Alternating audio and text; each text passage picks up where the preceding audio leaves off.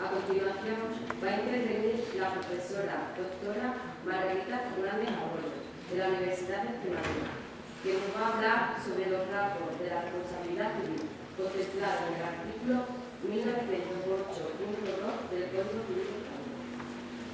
Buenas tardes. En primer lugar, quiero felicitar de manera muy especial al director académico del Congreso,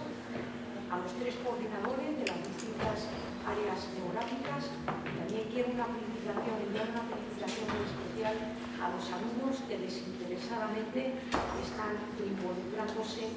y participando en la organización de este Congreso. A propio tiempo, agradezco la invitación que se me ha cursado para poder dirigirme a ustedes, siquiera sea de breves minutos, desde esta mesa. Bien, como les acaba de anunciar, voy a hablar de la responsabilidad civil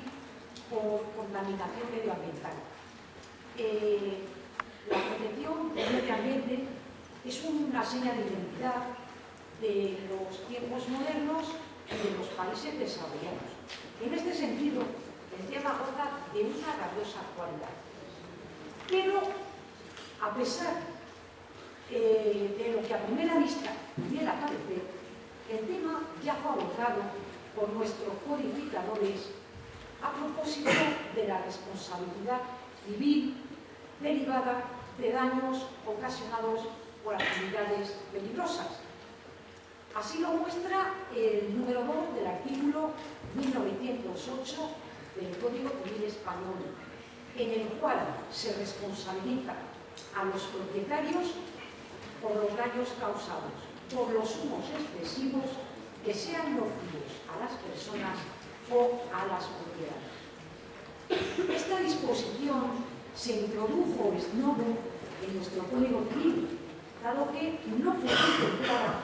ni en el proyecto de Código Civil de García Lorena de 1851, ni cuenta con ningún precedente en el derecho comparado. Se trata además de una norma precursora de la responsabilidad objetiva, porque actúa con independencia de la existencia de dolo o culpa en el causante del daño. Y es precisamente en este aspecto en lo que difiere de la responsabilidad contemplada en los números 1 y 4 del mismo artículo 1908, ya que, aunque estos últimos también están referidos a daños provocados por actividades peligrosas, como sucede, por ejemplo, con los provocados por la explosión de máquinas, por la inflamación de sustancias explosivas, por, dice literalmente el código, expresión ya está trasnochada, por emanaciones de cloacas o por depósitos de materias infectantes. Pues bien, en todos estos casos, la responsabilidad tiene un marcado cariz subjetivo, al estar basada en la culpa presunta, como se infiere de las expresiones sin la debida diligencia y sin las precauciones adecuadas. Por eso, en este caso, solo se pueden exonerar de responsabilidad quienes acrediten haber extremado la diligencia para evitar el daño causado. Y es así porque en este ámbito no basta con la mera observancia de las disposiciones reglamentarias. Pero como luego indicaré una diferencia radical entre la responsabilidad objetiva y la subjetiva. La responsabilidad objetiva, como decimos, es independiente de la culpa o del causante del daño. Actúa por el mero hecho del riesgo creado como consecuencia de la realización de una actividad perjudicial. En cambio, la responsabilidad subjetiva puede ser exonerada si se acredita que se empleó la diligencia debida para evitar el daño. Bien, la responsabilidad emanante del artículo que nos ocupa compete al propietario según el tenor literal del artículo 1908.2 del Código Civil Español. Esto nos lleva a la necesidad de conectar esta disposición con lo previsto en el artículo 590 del mismo texto legal, porque ambos son expresivos de las limitaciones de dominio en el marco de las relaciones vecinas. Ahora bien, esta normativa resulta insuficiente y por eso su régimen jurídico se va tomando por la jurisprudencia, como lo corroboran las numerosas sentencias que se han dictado en la materia, aun cuando en algunos aspectos las soluciones dadas distan de ser homogéneas.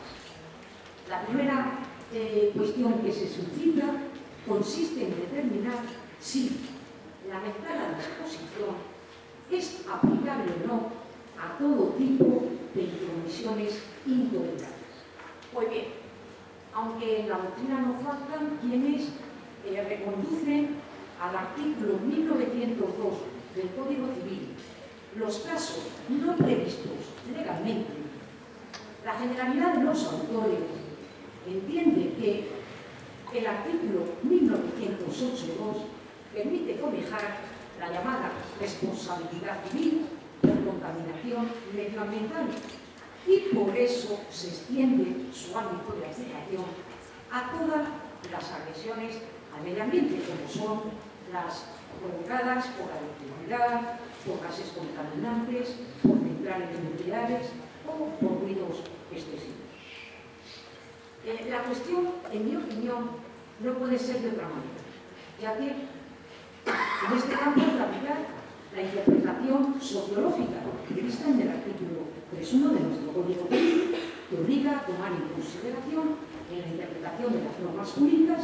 la realidad del momento en que las mismas han de ser aplicadas. Y cierto es que para nuestros codificadores, en el año 1889, eran impensables las nuevas modalidades de agresiones medioambientales, porque han ido surgiendo al imprescindible compás de los avances y de los progresos tecnológicos e industriales. Por esta misma razón, aunque el artículo 1908.2 literalmente refiere la responsabilidad al propietario, en la actualidad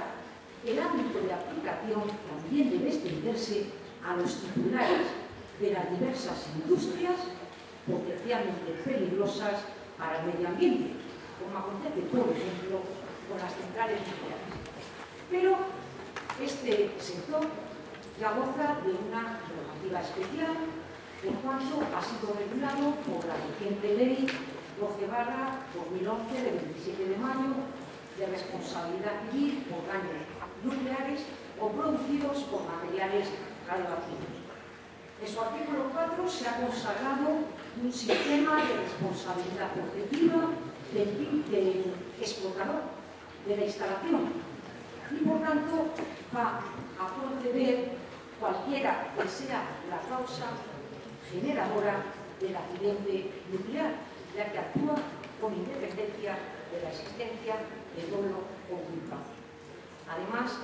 cuando la responsabilidad recaiga sobre varios explotadores, se ha establecido de manera expresa el carácter solidario de la misma. Volviendo ya al planteamiento general, hay que tener en cuenta que también la Constitución española se ha ocupado de la protección del medio ambiente. Así lo corrobora el artículo 45,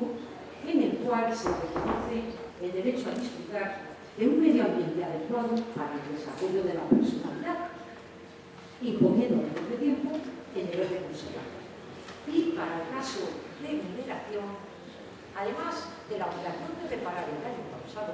se ha previsto la imposición de sanciones administrativas y penales. Pues bien, en desarrollo de este mandato constitucional se han dictado numerosas disposiciones administrativas. Entre las más recientes destaca la Ley del Ruido del año 2003 y del ruido del año 2003. Pero sin lugar a dudas, la que ocupa un destacado lugar es la Ley de Responsabilidad Medioambiental del año 2007. Esta ley se recoge un régimen de responsabilidad administrativa de carácter objetivo e ilimitado. La preocupación por dispensar protección penal a al medio ambiente se plasmó en 1983 como consecuencia de la reforma introducida por una ley orgánica por la que se reformó el Código Penal anterior. En concreto, la reforma consistió en el artículo 347 bis, que se incorporó al Código Penal, se tipificó el delito ecológico. El Código Penal actual, de 1995, se ocupa de la cuestión en los artículos 325 a 337, los cuales están numerados en los capítulos 3 y 4 del título 16, rubricado de los delitos contra los recursos naturales y contra el medio ambiente.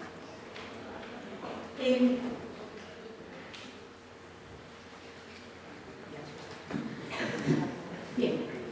la tipificación del delito contra el medio ambiente tiene en el ordenamiento jurídico español una trascendencia muy especial, habida cuenta de la existencia de dos regímenes jurídicos distintos en sede de responsabilidad extracontractual, dado que la obligación resarcitoria derivada de un hecho constitutivo de delito o falta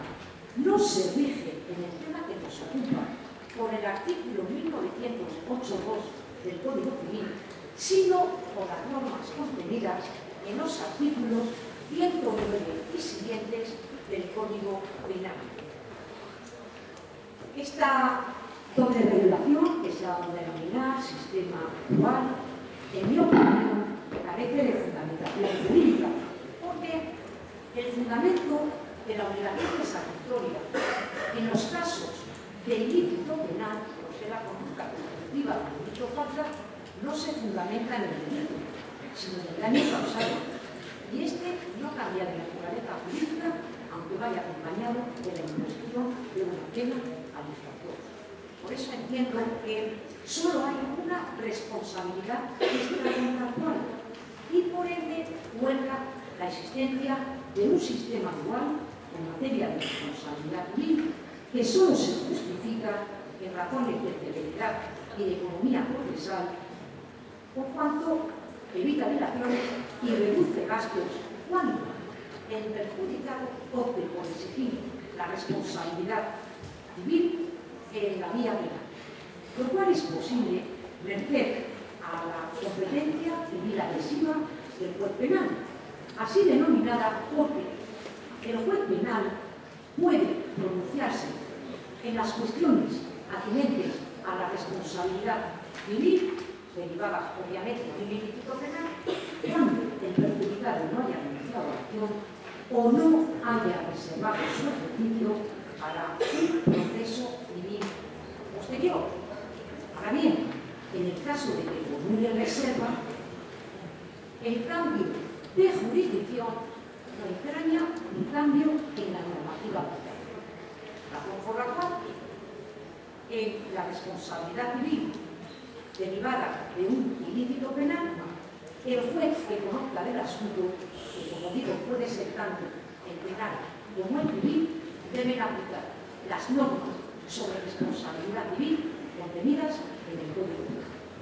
Por lo que dice relación a la configuración jurídica de esta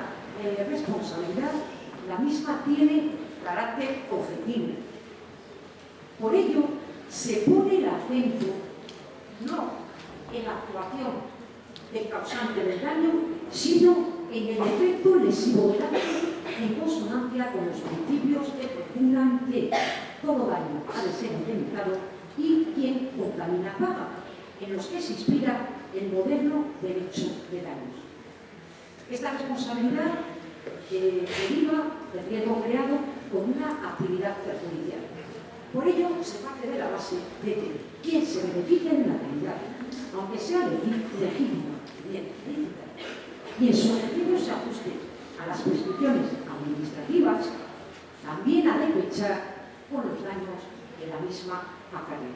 No obstante, me ha llamado sobremanera la atención que en un caso de muerte masiva de unas de truchas en una piscifactoría producida como consecuencia del calentamiento térmico de las aguas del río Tajo para refrigerar una central nuclear, el Tribunal Supremo configuró esta responsabilidad como cuasi objetiva, por entender que no estaba fundada de manera exclusiva en el riesgo creado, sino que estaba basada en la culpa que dedujo tanto del hecho de haber sobrepasado el límite autorizado como del incumplimiento de la previsión impuesta en la concesión administrativa de construir una torre de refrigeración.